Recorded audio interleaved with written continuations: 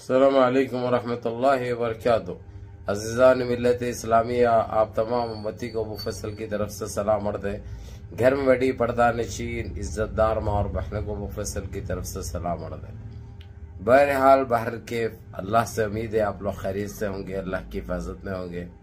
इन मलूनों की मलामत से, इन फ़िरका परस्तों की फ़िरका परस्ती से, इन दरिंदों की दरिंदगी से महफूज होंगे। अल्लाह आप लोगों को अपने हफ्ज़ अमान में रखे, अल्लाह अपनी हिफाजत में रखे, अल्लाह हर आवाज़ से हर शर से महफूज रखे।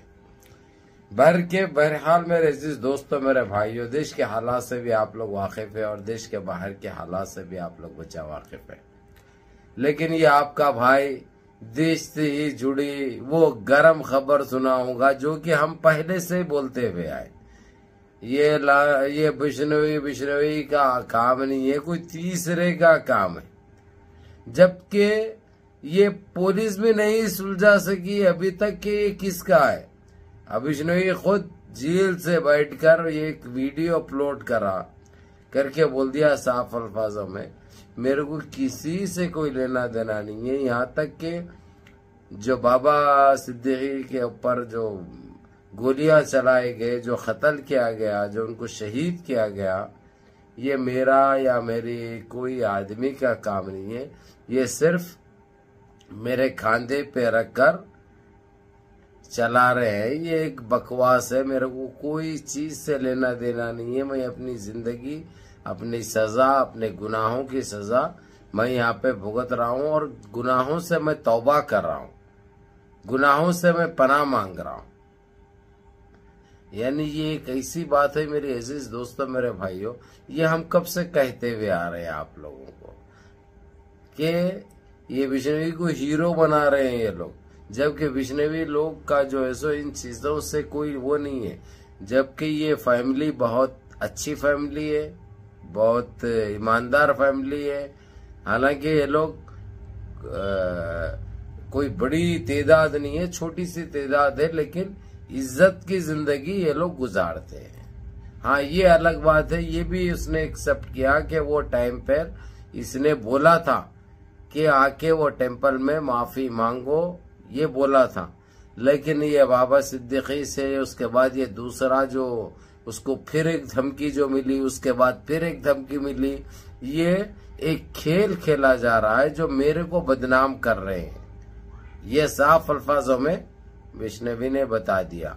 अब ये जैसे ही ये क्लिप जो वायरल हुई, अब इसकी जांच पड़ताल में लगी हुई, ये कैसा वायरल हुई है, ये कैसा आई है, क्योंकि हकीकत पता चल चुकी है, या नहीं चली तो चल जाएगी कुछ टाइम के बाद।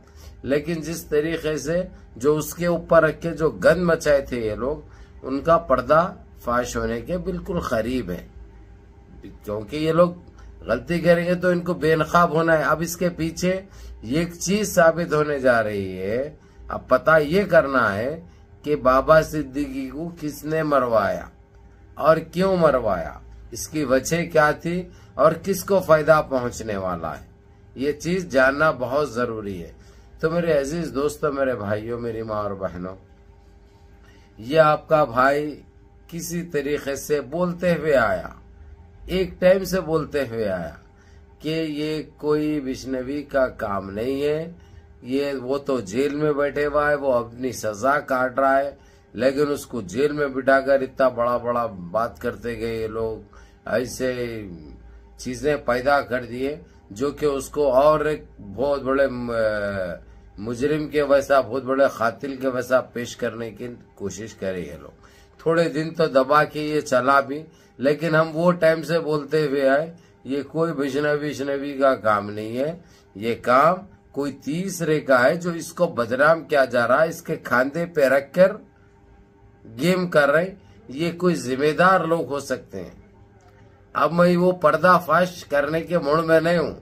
अब वो भी जो है सो हो सकता है नेक्स्ट वीडियो में वो चीज भी कर दूंगा मैं, क्योंकि ये चीज तो हमारी खास कर गोदी मीडिया तो जो है इसके ऊपर पर्दा डालेगी, क्योंकि जो गड़े है ना पुक्के बंद करने में रहती है, क्योंकि इनको सच्चाई से या हकीकत से कोई लेना देना नहीं है, देशवासियों से कोई मतलब नहीं है।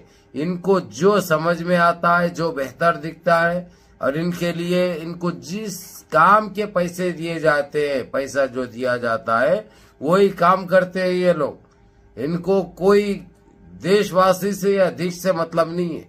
अगरचे रहता इनको तो बराबर ये लोग ईमानदारी से काम करते, सच्चाई को सामने लेके आते। ये लोग सरकार से भी सवाल करते, पुलिस से भी सवाल करते, लेकिन आप लोगों ने देखा कोई सवाल करते हुए? किसी ने सुना सवाल करते हुए? किसी ने देखा इतराज करते हुए? तेरी बीवी चुप, मेरी भी चुप, मेरा पुक्का भी बंद, तेरा पुक्का भी बंद। क्योंकि खुला अगर से तो पशिश गिरेगी और सारी बदबू फैलेगी, ये पता है आप लोगों को अच्छी तरह। तो इसीलिए इस गंदगी को छुपाने के लिए किसी तीसरे का इस्तेमाल करते रहे, क्योंकि वो पहले से ही जेल में है, इसलिए उसको सिर्फ बदनाम किया जा सकता है उसके ऊपर रख के। और इनके इरादों में कामयाब हो जाएंगे, इनके मकसद में कामयाब हो जाएंगे। लेकिन करने से पहले, कराने से पहले ये नहीं सोचते ये लोग कि एक दिन सच्चाई मालूम होगी, उसके बाद क्या होगा, इसकी इनको परवाह नहीं है, इसका इनको डर नहीं है। इन्हों वक्ती तौर का फायदा देखते हैं, इन्हों वक्ती तौर से फायदा देखते हैं और ये सोचते कि जो है सो चलो भाई अब हट गया, इन्हें अगर से खत्म हो गया तो हमारा भला हो जाएगा। भला नहीं होता, ये तुम्हारा बहुत बुरा होता। और जो तुमने काम करवाया, जो इससे भी काम करवाया, जो भी काम करे और जो भी मास्टरमाइंड है, उनको मुंह की भी खानी पड़ेगी। और ये सारी चीजें सामने आएंगे देशवासियों के, क्योंकि हमारे देश के अंदर ये चलने वाला नहीं है, हमारे देश में ये चलने वाला नहीं है, बात याद रखो।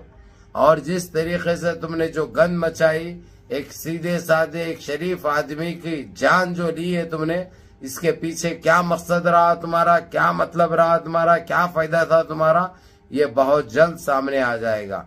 अब इससे कोई नहीं बचने वाला है, ये एक हकीकत है, ये एक सच्चाई है।